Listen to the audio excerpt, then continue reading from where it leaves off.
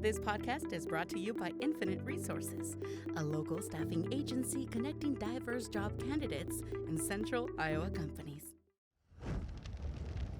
Amplified. I'm your host, Abena Sankofa Imhotep, and welcome back to Black and Privileged in America podcast. Catch Black and Privileged in America podcast on SoundCloud and on our very own platform, amplifieddsm.com. And please follow Black and Privileged in America on our Facebook page. A recent study conducted by the National Institutes of Health compared the racial and ethnic diversity among 10 healthcare professions and found that Black, Hispanic, and Native American people were underrepresented compared with their representation in the general population. Although there has been some improvement in diversity among graduates of healthcare professional programs compared with the current workforce, this study's findings suggest a need for additional policies to support a diverse healthcare workforce. Because the underrepresentation persists, Broadlawns Medical Center in Des Moines, Iowa, established the Tech and Teach programs in 2016 as part of a multifaceted approach to address the social determinants of health for the North Des Moines community. Tech and Teach provide access to healthcare training and the opportunity to gain employment, changing the lives of youth, adults, their families, and the community. Participants in the Tech program are identified as having one or more barriers to employment or are at the highest risk of disengaging from high school. The Teach program is a registered apprenticeship program for adults who have encountered significant barriers to entering the workforce. With a focus on the Broadlawns neighboring community, the majority of participants are selected from 50314 and 50316 zip codes. These zip codes represent the areas within Des Moines that have the highest poverty and unemployment levels. Today, I'll be chatting with Tae'Shaun Presswood and Diaminique Burton, who are recent graduates of the Tech Apprenticeship. They will be sharing their experiences with the program and their thoughts on the future of healthcare. Welcome, everyone. Thanks for joining me today. You're welcome. Glad you're here. Hi, Diamond. Hi, Tae'Shaun. What's up? Hi, Abena. Good. It sounds like you're a little nervous. Just a little. Yeah. It's okay. We're having a conversation. It's all good. Right. And we're being recorded. Yes, you are. So it's good to have you on. It really is.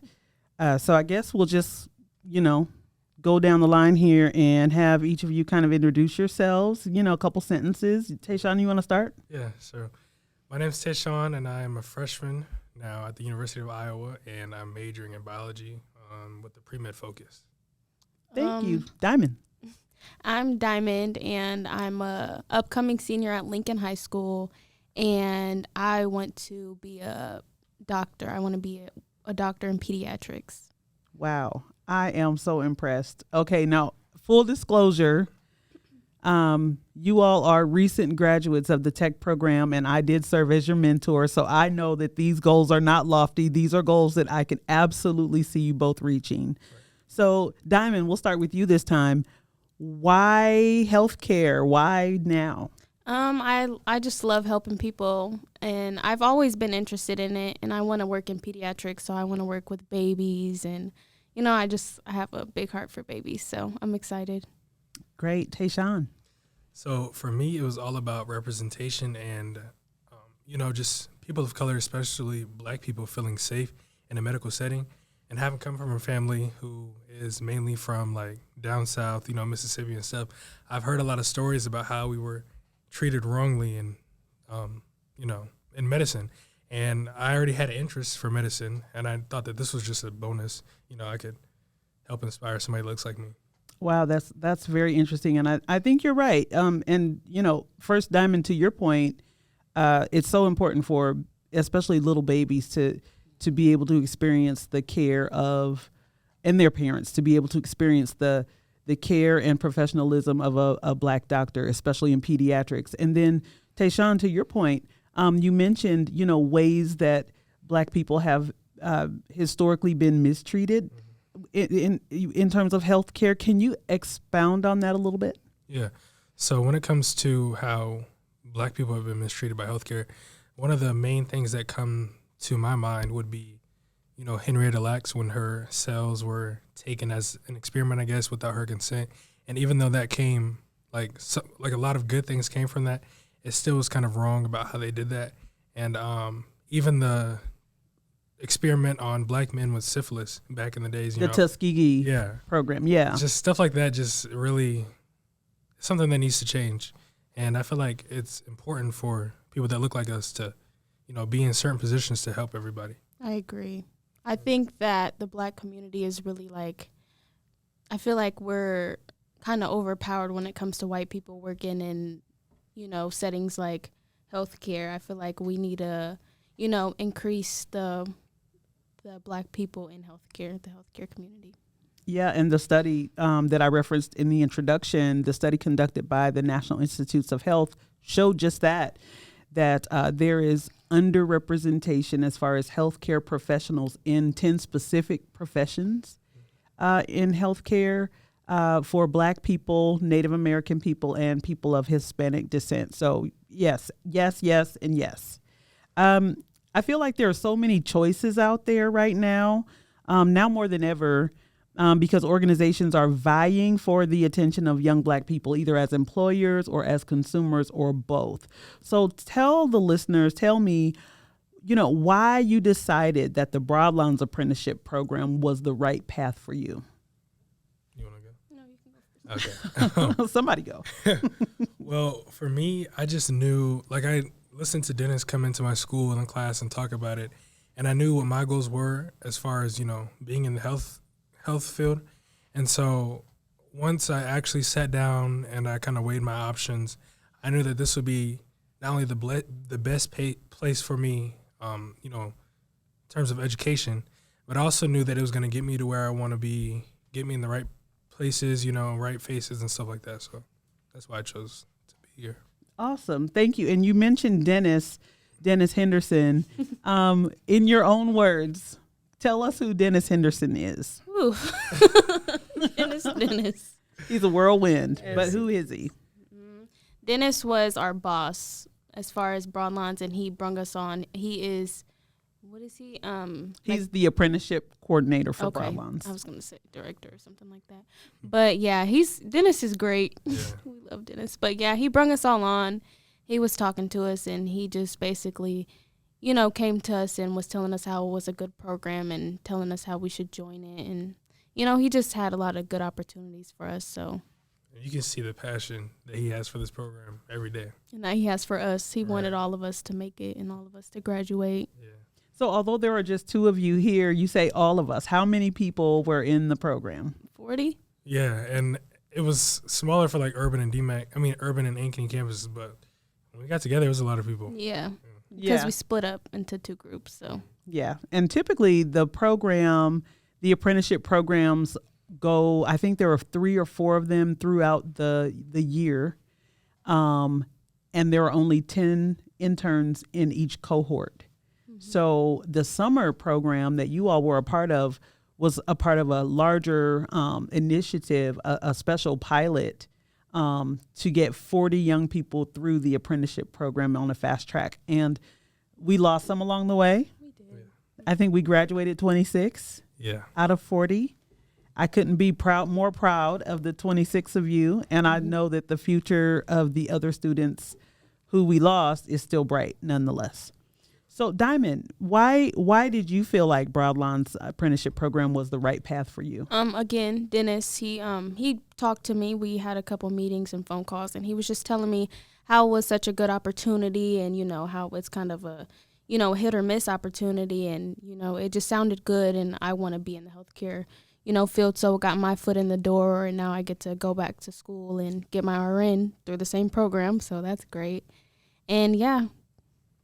Awesome. Okay, so what was a typical day? I know there were many different kinds of days that you had. So as an apprentice, a typical day, what did that look like? So for me, it looked like getting up. At like, some ungodly hour. like 6 a.m. Yeah. And then hurrying up and getting there before 7:50 or by 7:50. And then we would come in, we'd do lecture or theory for the first half up until like 11 o'clock. Literally like 3 hours straight. Yeah, and it was just like, it was heavy. It was heavy. Like, you know, back to back PowerPoints, talking, discussions. It was heavy. Mm-hmm. And then lunch, and then we'd go do lab where we'd practice the skills, and then we'd So lab, meaning like, because some of the people listening don't know healthcare the way you Right. know it. So when you say lecture, what do you mean? Like, well, you alluded to PowerPoints, and so 3 hours straight. Like books, papers that we had to work on, get back the same day, so we didn't have homework. Like, we had to really be on top of it. And then the second half was lab, which was us learning our skills and performing on mannequins and test dummies, so that way we could be ready to perform them on, you know, people when we got into clinicals and got to be in, which was Calvin Community or Methodist. Okay, wow. Okay, tell me about clinicals. How was clinicals, working on real people, Which being one? in the environment? Whichever one spoke to you the most. The one that spoke to me the most was even though I really like I can't say favorite, but, you know, the one I enjoyed most was advanced, but the basic one was just, it was really eye-opening because we had talked about, you know, how people would act with dementia and things like that. But when I really seen it, and that was the first person we had to deal with, it just like, at first it kind of like startled me, you know, because I was like, this is my first time. But once you just like depersonalize and realize that they can't actually control what they're doing, it was nice. And then like the worst part about that would be how I didn't really get a chance to say goodbye to like some of my favorite residents. So Oh, you know. you developed favorites? yeah, Yes. I did fast. Oh, Yeah. wow. So I think is that part of the beauty of working in a long-term care facility is that's their home, and so you're building that rapport with them. Right. Yeah. Whereas a hospital, people come and go. Yeah. So Yeah. And that goes off of like, you know, not even a lot of people there are sick because, you know, it's a nursing home. So some people genuinely just need assistance and help. So that's when it, like us needing more people in the healthcare community to help and, you know, bring in that extra set of hands that we need and that can be used. Because there was like, maybe like, how many nurses was there? Like 3 or 4? Not enough. Yeah, I think I seen like 2 or 3. Yeah. Definitely need some more. So if you had your preference, would you choose to work in a hospital setting or a long-term care facility? I would choose hospital just because I feel like when I was in the long-term care part, I kind of got too attached, I guess. And it just kind of like, I don't know, I just couldn't do things like I wanted to. But in the hospital, like, you know, you're surrounded by different specialties and things like that. And that's kind of like my flow, the fast-pacedness. So. And people come and then they get released. So you don't get that time to build bonds and, you know, have a special connection with the patients. Oh my goodness, the future of healthcare is bright. We have warm, caring, young Black people who are the next generation of healthcare. I'm so encouraged. Y'all gonna take care of me one day. Watch. So, okay, what are your biggest takeaways or lessons that you've learned throughout the past 10 weeks? Because I'm telling you, to be able to witness you all work so hard and accomplish the goal, and I just want to recap the goal, is at the end of this program, I mean, you just recently graduated. You guys are fresh off the graduation stage here. Yesterday. Yeah, right? And you have 6 college credits now. You've earned your certificate to work in any long-term care facility in the state of Iowa and in any hospital in the state of Iowa. So knowing that that's what you did, okay, and you had lots of support, I'm sure, lots of people who were rooting for you, cheering you on. I'm one of them. But what were your biggest lessons or takeaways while you were working so hard to complete the apprenticeship? Commitment. Because, I mean, it was a full-time program, so we had to be there Monday through Friday every week for 10 weeks. And so we just had to stay focused and be motivated and learn how to take away as much as we could from each lesson or each day that we went to school. But in the end, we got a lot from it. You know, we got credits, college credits, we got certificates, we got, you know, more opportunities to, you know, go on to school and it's all paid for too. So it was just kind of like get what you can from the situation. And we got a lot from it. So it was all worth it. My the biggest thing that I took away was just to not take things for granted, because even though it was hard or it was intense, it was like it's one of the best opportunities for people that want to get in healthcare, coming from, DMPS or Des Moines, wherever. And, yeah, that was something that I took away. Wow. Okay, so I'm sure there are people who are listening, and we have listeners all over the country, but specifically in our local immediate community in Des Moines, Iowa, there may be some listeners who are considering a pathway similar to what you just experienced. So what advice would you give to any young person who is considering healthcare as a career choice? I would say what's been a blessing for me so far is just networking, and making a lasting impact on people you meet, because you never know when you're going to need them again. And so I would just say, and a piece of advice I'd give them is to not always try and, follow your friends or do what they're trying to do, especially if you have different goals. It may be hard, but it's what we have to do, especially once you graduate high school.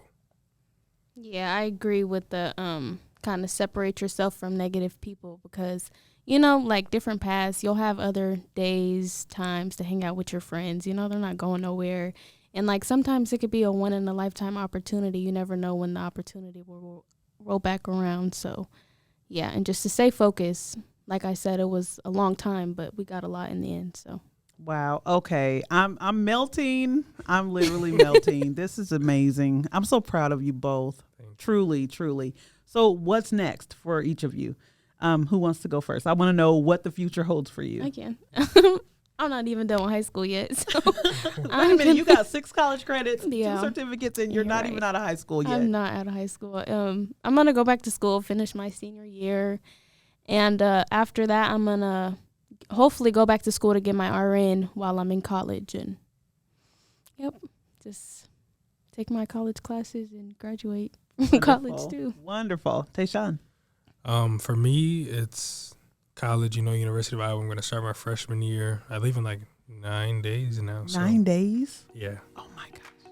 Yep. And then after that, hopefully I follow course in, med school, then residency, doctor. What college are you going to? University of Iowa.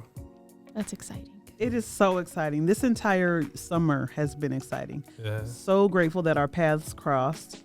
And I am so proud of each of you.